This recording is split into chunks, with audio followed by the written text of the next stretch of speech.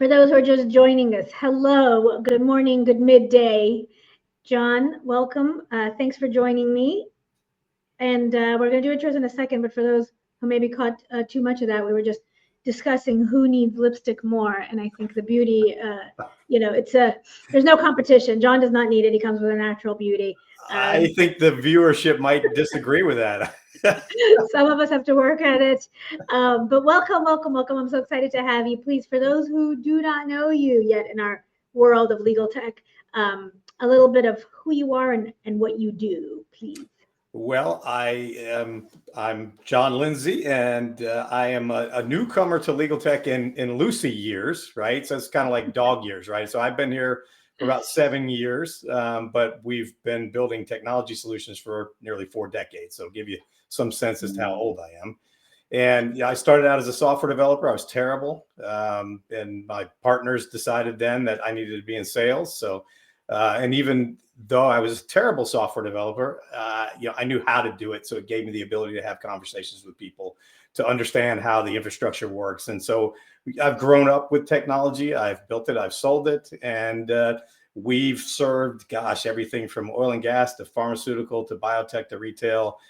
We've been focused on digital twins for a long time. And I got into legal tech.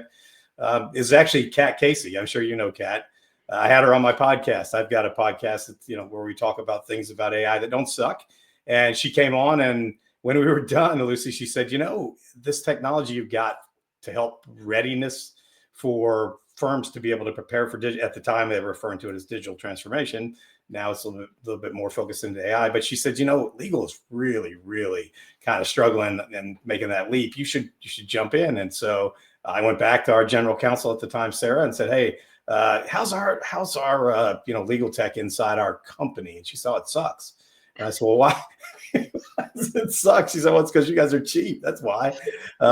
So I explained to her what Kat had shared with me. And, look, if sometimes when we have good years, we've been able to reinvest that in other industries. And so we took a shot and said, hey, you know what? You're right. This technology could work here. So we started Insight Legal Tech as part of the Insight companies. And we went out and we got kicked in the teeth really, really quickly because John made the mistake of thinking that, hey, you know what? We've built all this technology for all those industries I just shared with you. And we're going to be able to bring all these amazing best practices to bear, and people are going to love us. And all I ever heard, Lucy, was, that's great, John, but you're not a lawyer. In fact, even worse, you're a non-lawyer. I've never been called that. It's brutal, right? It's brutal. Because again, we work for NASA. We've never been, hey, John, you're a non-scientist. You work for medical. They go, hey, you're a non-doctor, right? So we learned pretty quickly that nobody wanted to hear anything I had to say. And so at that point, we went out and I found Anna Lozinski at the time. She was a former GC at L'Oreal. And of course, I did what anybody would do. I got down on my knees and begged her to come over and try to help build this for me. And that was how it started. Our foray to legal is that she took over. And when she took over, the results were magically different because she was a lawyer. She's brilliant. She knew tech, and the rest was history. So I moved out of the way, as I always do, and let the people that know what they're doing do their thing. And so that's how we arrived here. It's kind of crazy story. And we're still here. You guys have ingratiated us enough to be able to hang out. I've learned my role. And as you mentioned on the backstage, I've also taken on a new role. We can talk a little bit more about that later, but that's how I showed up on the legal tech scene. And I've always reached out to people like you because you guys are brilliant. You know everything. I know very little. And so I've been a sponge for 7 years, just soaking it up, trying to figure out what are the right things to do, what are the wrong things to do, and listen to the experts and stay in your lane. That's been the formula. Amazing. What a journey, and so many things there to unpack. I mean, this whole can you sell into legal without having a legal background is really, the big question here. I think you discovered, and we're still watching other tech companies discover that no, you need some expertise. You just do. I don't know if we're unique that way. I mean, I don't know if medical is like that or other professions, but we do have a little club, and that whole non-lawyer, don't even get me started. I think my first thing I've ever said on LinkedIn or wrote on LinkedIn was an article about ending that word. And I'm going to go back to circa 2018, maybe 17. I'm trying to think. Honestly, that was the first thing I was like, I got to say something about this because I was so annoyed. And that was just when either LinkedIn was acquired. I don't remember. It kind of landed on my radar. I was like, maybe this is the place to do it because I'm not otherwise a social media person, but LinkedIn won my heart. So anyway, there was a non-lawyer concept that. Well, where were you when I needed you? Because that was right about the time I showed up in legal, and I could have used some defense back then. I would gladly jump to your defense. I think we're terrible with that whole special club. And I have this tension because I do believe that there is a need for subject matter expertise when it comes to technology. I think selling to legal, you have to understand how legal functions and operates. You have to use our lingo. All of that's great. There's a way for business professionals and legal professionals to work together. I don't think it's a us versus them and that whole like non-lawyer. I hate it. So anyway, I am sorry on behalf of our profession that you had to deal with it, but I'm really happy to see that you've kind of. That's all right. I'm out of therapy now. I'm going to be okay. Okay. Well, we tend to do that to people. So I'm glad you are. Okay. Well, let's talk about. So you build tech for the different industries, then you build tech for the legal industry, and then you said, you know what? I love you guys way too much. I want to dive right in. So what is the news I just saw on LinkedIn about you? Like this week, I think this is perfect timing. Where are you now?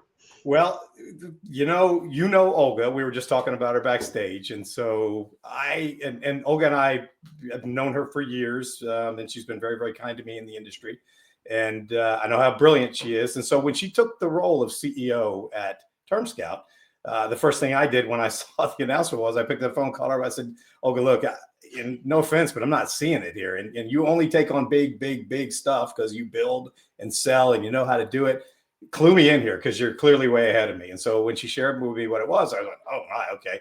Now I get it, right? It really wasn't clear to me when I went out and looked at what they had on their website. And, right. None of that really kind of reflected where they were going in her mind. And she already saw the vision. And so, I did what anybody I was like a little puppy dog chasing her going, oh, I got to be part of this. Come on, you got to let me in somehow, some way. So I actually took TermScout and applied it to one of our insight companies to understand, look, I've got a contract. And again, I mentioned Sarah earlier. I went back to Sarah and said, hey, do we end up renegotiating the same over and over clauses constantly? Are you guys redlining this? Is it killing our sales? And she's like, yeah. And again, it was the same answer I told you earlier, Laura. It's like, okay, well, why are we doing that? Well, because you guys haven't ever changed the contract. And we're like, okay, well, let's talk about what that looks like. And so we did. And so we were kind of customers first with TermScout to see, how's this work? How's it going to make my sales team happier? Because they know now that we took the initiative to build a contract that's going to be fair, and they can now, instead of trying to hide the contract going, we're going to get to the contract negotiation part and you're going to hate us. Now they put it out there and go, hey, we're better than everybody else. And so when I saw this, I thought this is genius because I've never seen anybody else benchmarking in this capacity where they've got this corpus of contract, thousands and thousands in there, and they broke it down into, took the natural language, broke it into structured language, but did it across everybody equally. So some 800 data points, and then voila. Where are you? Are you vendor favorable, balanced, or customer? I thought, wow, nobody's ever touched this. And so when I started looking around at, is anybody doing this? And then, you and I were talking about procurement a minute ago, how valuable tools like this could be at the negotiation table, where small companies like mine would be like, you're going to sign our contract, and that's just the way it is. And I never had anything else to say other than this doesn't really seem fair. Now, we've got this opportunity to be able to tell a different narrative because we've got the data. And so that's what attracted me to this. And so I chased after her for a while and said, let me be part of it. And so little by little, she kind of let me into to enjoy being part of it as a consultant and kind of helping along. And the more I saw, I'm like, man, this is too good. I gotta be part of it. And so we talked about it. She asked me if I'd take the role of VP of sales. And I said, man, I'll take the role of anything in this organization, because what I see is absolutely brilliant. Nobody else has it. I think it's category creating. And if you can't tell I'm a little excited about it, I am. Yep. No, I love it. We've built technology all our lives, but it's very rare. And look, I'm old. I shared that with you before. So I'm on the back nine, let's put it that way. And so when you see a product that looks like it's going to change the way business is done, right? And then who's running the show. So you go, that's good pedigree. I know she's going to knock it out of the park. It's Olga, right? And then wait, if I could be a part of this thing, we've done really well in business. We've been very, very blessed and been very fortunate, but I've never been a part of something that really could change the landscape of how people do Right. a thing. And so that's what I saw here. I just went, wow, I'm not going to get a lot of other shots. My phone, just so you know, my phone isn't just like ringing off the hook going, John, you got to come over and be part of this thing, dude. It's so. Yeah, you made it happen though. You saw something you liked. I mean, I love that, right? Doing what we love. Loving your job in general is, I never knew how lucky I was for a long time. I was in my old world at Microsoft. I always used to say it was an unnatural thing, how much I loved it. And my husband, my family, everybody was always like, it's not normal. Not everybody wakes up excited on Mondays. And I was like, yeah, what do you mean? I hear about this thing of like those Sunday scaries, nobody wants to go in on Monday, but yeah, I love my job unnaturally, and respectfully and frankly, honestly, and until I didn't for all kinds of reasons. And then I had to make a change, and I did. So hearing your excitement, it's super cool, especially, when you're very transparent and honest, saying, you probably didn't need to find another regular job. And yet here you are being drawn to the product. So let's talk a little bit. And too, in leadership, right? I mean, if somebody else it's all about the people. Yeah, you know what? Let's be honest, it's all about the people. I talk about, you love the product, blah, blah. And again, I was in love with Microsoft and product and whatever, but that wasn't it. It was the people and the team. And actually was when that changed that I made a change, because it's all about the people. Well, and knowing that, she's got the pedigree, she's done it before. I mean, all you have to do is look at her track record and go, okay, she takes things like this and turns them into lots of money and then sells them and does it again. So she's got the rinse and repeat down. And so, when I knew she was at the helm of this, that's kind of when the light bulb went off, is that, okay, I don't know how many more times she's going to do this, because she doesn't need to do it either. Right. So if this is something she's going to knock into the universe and it's going to be a grand slam, daggone it, I'm begging, I'm getting in her luggage and climbing on a plane somehow, right? Wow. I love it. Yeah, well, I love the excitement. I love the enthusiasm. You said something really important. You said, you saw something that might change how business is done. I love that we're having a conversation about how business is done, because we talk about legal tech, and I'm going to keep doing the little air quotes. So, because unless you're doing like law firm billing tools, maybe patent application filing. I mean, really, so much of this is just operational tech. Just happens to be for functions that lawyers perform. But nothing about it is even really law firm bills. Really, you're just reviewing invoices. Yes, law firm invoices look different than others because we're special. But at the end of the day, we're finally just catching up to good operational hygiene. And that's what tech is. And it just happens to finally have broken in to this legal profession. But what I love about what you said, specifically when it comes to contracting, favorite topic, and yes, we're going to get to contracts because that's what this coffee talk show is supposed to be about. But contracts, I've always said, right? This is the lifeline to business. Every company has this, and guess what? Every company struggles with it. Yes, you out there, all of you, even with the best law departments and the best processes, still contracting is a pain in the butt. And I think it's because of exactly what you're describing. Why are we negotiating? Why are we dickering over terms that we just need to understand where they are, and let's kind of fast forward, right? So I think that's what you're talking about, and that's what excited you so much. Is like we just actually have some data now that says, look, cut to the chase. Because to your point, without this kind of data, we're like, that doesn't feel fair, but I'm a little guy. And I know, because I represented, I was in house with the big guy for a really long time. And being procurement counsel at Microsoft, I got to say, can we just, with all due respect to my friends who are still there, it's the toughest job. The toughest job is the internal stuff, right? It's dealing with the approvals and the okay and the who do I need to get to sign off. And there are a handful of contracts that really get your brain going and your juices flowing, and they're exciting. And that's what lawyers should spend their time on. 90% of our job, we're dickering over the same words over and over and over again, right? So tell me, based on what you're seeing, across legal tech, and I love that you use the word readiness, because I love that word. I'm a big fan of, you got to get ready before you buy tech. But tell me why maybe this this technology that you're hopping onto, why is it so special? How's it going to change things? And do you not need to have readiness for it? Are people ready to just kind of plug and play? Well, a couple things. I mean, first of all, it's outside of the scope of what we normally think about in the traditional negotiation piece. And so it's not, redlining. In fact, this, I tell people it's the anti-redlining, right? And we're trying to find something across the paradigm that allows you to compare everything. And let's just take SaaS contracting for a minute, right? I mean, so, we're not just talking legal tech. We're talking about it impacts procurement. We're talking about impacts sales.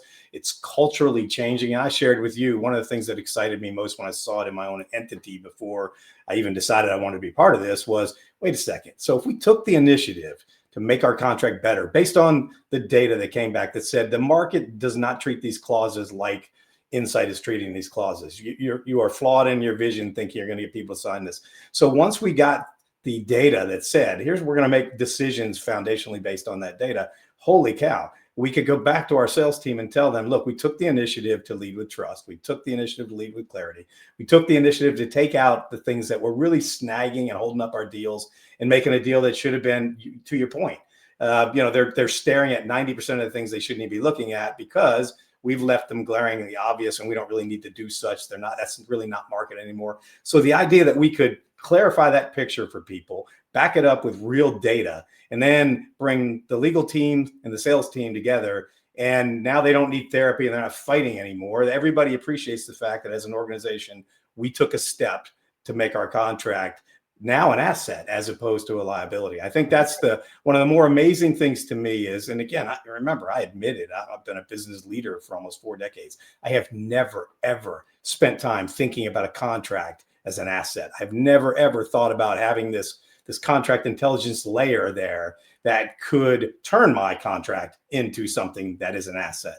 I've never thought about somebody taking my contract and aligning it with technology like we do and going, wow, when I look at these 3 companies, if I'm picking a partner or a client that I want to work with and all things are equal, and now I'm looking at the risk profile on each one of those across the board and I saw it in 5 seconds, holy cow, I know who I'm picking. So I've never seen a tool like that gave me the ability. I use this now, Lucy. I'm like, look, I know when I'm about to do a partnership with somebody, I'm comparing them to others in the industry. I'm looking at how easy they're going to be able to deal with, and I'm determining whether or not are they coming forward with trust first? Are their terms clear? How's it going to impact me? And so I saw something I had never seen before because it just changed the whole way I viewed contracts. I thought of contracts. You said it earlier when we were kind of in the green room, in Lucy's green room in the back there, that there were kind of things everybody had to have, right? I mean, but now this opens a whole new world where everybody can start looking at them as assets, and I think that's amazing to me because I've never ever had the opportunity to look at the contract from that perspective. So, okay, so you're a tech guy, or you've been in the tech world. You may not be a great coder, as you confess, but you have been in the tech space for a while now, right? Is there a future? Now, not is. I'm gonna lead the witness. I know there's a future in this, and I want to know how fast you think we'll get there. Where contracts, they're gonna just stop being at all what they are today. This whole concept of words written in 4 corners, that's what we call lawyers called inside the 4 corners, right? We live in 4 corners, usually in Word, sorry, Google, but still going to be in Word for at least until I sail off into the sunset. Maybe then we really solidify it in a good old PDF, and then it's locked. That's the contract. And then we seek all this tech and all the latest craze to go back into those words inside of the 4 corners and extract information. Why don't we skip the middleman and really move to a place where contracting is not exchanging a piece of paper back and forth? Are we going to get there? Like, do you see it? Because it's so, to me, it's obvious that we're going to have to get there because this is nonsense. Words on a piece of paper being exchanged. I don't care if it's in an email or a new little platform system, which, by the way, everybody still hates, or you're editing online in some new little editor, which, by the way, everybody still hates because they like Word and track changes. But can we leap over that and just kind of deconstruct completely? I mean, if my kid's eating a deconstructed hamburger in a bowl as lunch, when are we getting to deconstructed contract, like word salad? Word salad. Word salad. Hey, I think you might have just coined something here. That sounds really, really good. Pick your dressing, let's do this. Yeah, I think limit of liability. I think it's happening now. I mean, I do. I think it's look, first of all, they're going from static to fluid. I mean, and because look, the driver, everybody knows AI, you don't have any choice. So as we start to look at governance and how we start to manage contracts in their current state, they just there's no congruency between what's going on in AI right now in a static document. It's just, they don't fit together, right? So part of this isn't going to be driven because you knew it needed to happen. Part of it is going to be driven because this technology now has forced us to be able to look at things differently. It can't possibly keep up. In fact, it's going to become an enormous liability if your contract does not have the ability to adapt to this technology. So I think that fluidity right there, in that kind of that interim spot where people are really trying to determine how these two worlds are going to come together is going to drive it. And so is it going to happen? Yeah, because it's happening now. And I think part of TermScout's deal in this is exactly that, is that we see that how's it going to happen? Well, it's not the only way it's going to happen, but one way for sure is having normalized data that we can start to understand exactly what contracts are made up. Because as you said, they might be words to people in the natural language, but in structured data, that's not at all what it is. Right. So when you start looking at contracts like that, where again, they're starting to become an asset of the organization. So people are using them dramatically differently, number one, because they have to. They're governing them dramatically different because it has to be done in real time, because everything happening on the model side says that these are moving targets. You can't have anything static about it anymore. You're going to get left behind. And I think the other reason why this is going to happen, and this, is that insurance companies are starting to take a look at these contracts and saying, okay, there's an enormous risk profile in this if we don't do something about this, right? This is not going to work for us anymore. And so I think those worlds all coming together is causing the perfect storm. And so words on page, they're just not going to be like that anymore. And I think that was the brilliance of Olga's when she looked at this and said, holy cow, when we can break down contracts and use an algorithm against them where it's structured data now and it's consistent across the corpus, now we've got something that we can start benchmarking against. And now that benchmarking, what are we going to do with that? Well, we've started to create this contract trust layer where, it is this interactive component where those two worlds are coming together. The usage of that contract and how it plays in business day to day, day in, day out is now fluid. The data in that contract is now fluid. And then in the middle, they're being managed by this whole smart contract world, which is adapting and changing every single day, as opposed to a piece of paper and somebody's eyeballs pulling it out of the contract drawer, when somebody has or perceives to be a violation of it. So it's going to start taking on these characteristics that are just happening in real time. And those that miss this boat, like I said, there's going to be a lot of reasons why. Number one, other companies, bigger companies are going to start driving to say, look, you have to have this in place to deal with us, right? The insurance companies, when they start looking at the risk profile, are going to say, enough, we can't do this. Because you look at the limitation of liability on some of the things that happen with infractions of these models, you're talking about a lot of risk, right? So we've got to figure that out. And then lastly, again, you've got to have somebody who, it can't just be comparing one contract to one contract. We've got to understand what the entire industry, even more importantly, what the entire global corpus of contracts is doing out there now. And I think that's where all this is headed. And so you want to know why I like getting up on Monday and why I'm excited about what we do. It's not just because I sing on Mondays. It's because there's actually stuff like this happening right now where, to me, this is something that is generational. This is something we've looked at and talked about for a long, long, long time. Nobody's been able to do it. Now it's happening. So it's a super exciting. So, why would an old guy like me want to stick around and do this kinds of stuff? That's why, because I think this is the category. It's a category changing kind of thing that's happening there. And it's not just TermScout, it's across the boards. Yeah. So clearly you see this is well beyond legal. I mean, this is way beyond legal. Business enabler, right? Which is what I think contracts should always have been, not this necessary evil, and blocker. Okay, let's take a couple of minutes and we're going to run out of time, of course. And I love this. I love that when I run out of time, and I do every week because there's always so much to talk about, but AI in general, right? So I kind of say, I feel like it just kicked contract automation in the face. Like it actually, or at least, the CLM category, that kind of more traditional CLM being truly life cycle management, very much an infrastructural operational system that was helping those four corners move across a company, right? Very few of them were doing really good stuff inside the four corners, but there were clause libraries and you got to store chunks of words. That's really still what it was. It was chunks of words that were not data. It wasn't really data. Now, right? I mean, a couple of years ago, really, AI just kind of whip slapped it around is how it feels to me. And you've got the traditional, or let's say let's call them pre-AI companies that are trying to keep up, and they are really, really trying. And then you've got the native born, which aren't in CLM at all. They don't want to call it CLM. We don't do that, right? We're contracting automation. what are your thoughts on that? Because you've been sitting around it for a while now. Since you got into legal, I think contracts were the first thing that you obviously saw as opportunity. So where do you see it? Well, it's funny because I mean, again, evaluating kind of the people that have really traditional, even brick and mortar type companies that are trying to amalgamate the AI into what they do, sometimes with purpose, sometimes with no purpose other than being able to say they've got AI in there. AI. And then companies built out a best of breed because the technology, they went, hey, there's a new way of doing things, and here's how we can do that. A couple of things. I mean, there's value.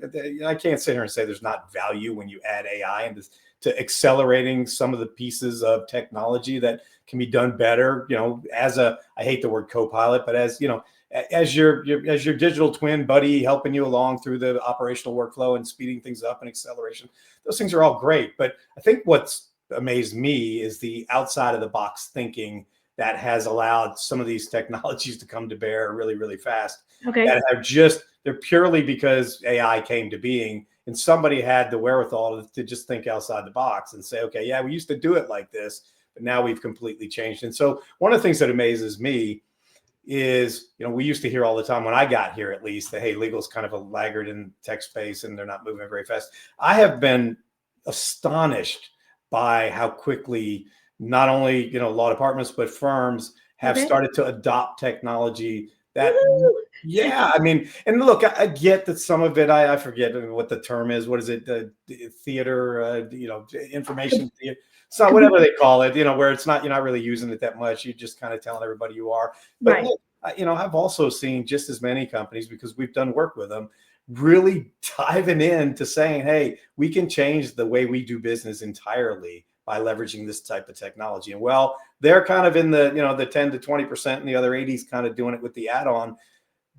The game is changing. I mean, it really is. And so it is so exciting right now to watch an industry that used to be accused of being behind the times to now be leading the way in some cases with technology that's unheard of. I mean, look, I'm not going to back any particular companies like Harvey or any of those companies, but when you start looking at how fast some of these companies have gone from startup in 18 months to being worth 9 trillion, jillion, whatever they're worth. You can argue about the adoption rate. You can argue about any of that. But the fact is, we are starting to ingratiate and embrace these kinds of tools. And, you hear people say this all the time. It's never going to get any worse than it is today. It's going to continue to get better. The fact is that this is really changing the way we do business. Those that get that and start to evaluate ways to not look into, you mentioned it earlier, contracting, same old operational workflow. We get it. It's not changed. No, what I'm seeing now is people taking it and going, hey, it doesn't have to be like this. Right. And even in regulated industries, there is ways inside the governance loop to be able to do business so dramatically differently that they can take over and go from a company that's 18 months old and you're looking at them and you don't even know who they are to, a multi, unicorn kind of status. And so to me, that's what's exciting about it, is in a space where, again, contracts have always historically been, I mean, I'm guilty of it. When somebody brought me one, I would sign it and go, okay, is it good? Is it bad? Is it otherwise? Right. And then it would go in the drawer and I hope I never saw it again. That's right. Right. I mean, that's how leadership thought about contracts. And I think what's cool right now, and somebody said this to me the other day when I was on a demo with TermScout, they said, you guys are making contracting cool. And I thought, that's exactly people are starting to see this now. They're going, wow, this is revolutionary. This is not a piece of paper anymore. This is not a contract anymore. Right. Now we're out there playing with the rest of the technology field, and everybody's starting to look at a contract. Okay, was it going to grow? Is it going to effectively support my business needs? Does it bring partners into the fold, and does it effectively manage the business that we want to do with them? Does it manage business 10 years from now that we want to think about doing? Can we adopt it so it can do such? So there's such forward thinking. The discussions we're having now about contracts, I've never, ever, ever seen people talking about it like it's a living, breathing thing that we're going to abide by and we're going to use day to day, and then it's going to govern kind of what we do, and it's tied to our tech, and it's, I mean, stop it. It's just good.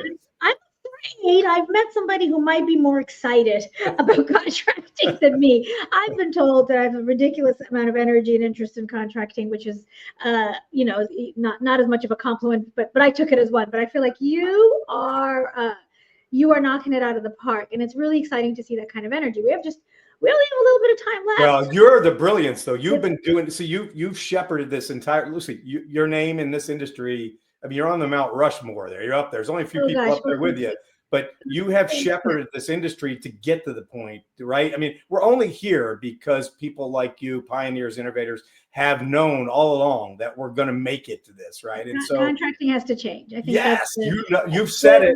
We're here. We're here. Well, I mean, oh my goodness, we're at time, which is crazy. So contracting has to change. It is changing. AI is obviously the turbo booster that it's needed for decades, and it's here. Either play or get out of the way. Yeah. But we end on that. All right. and people like me, I'm going to be down here taking pictures at Mount Rushmore with you up on that thing. There's Lucy up there to the left. Stop, go on. Stop, go on. All right. Thank you so much, John. We're gonna end it here. We're gonna have you back, or I'm gonna have Olga back. She and I have a good chat here. You got to get her for sure. We're gonna do this again. Thank you so much. Have a great rest of your Friday. I'm gonna do it. See you, Lucy. Appreciate you.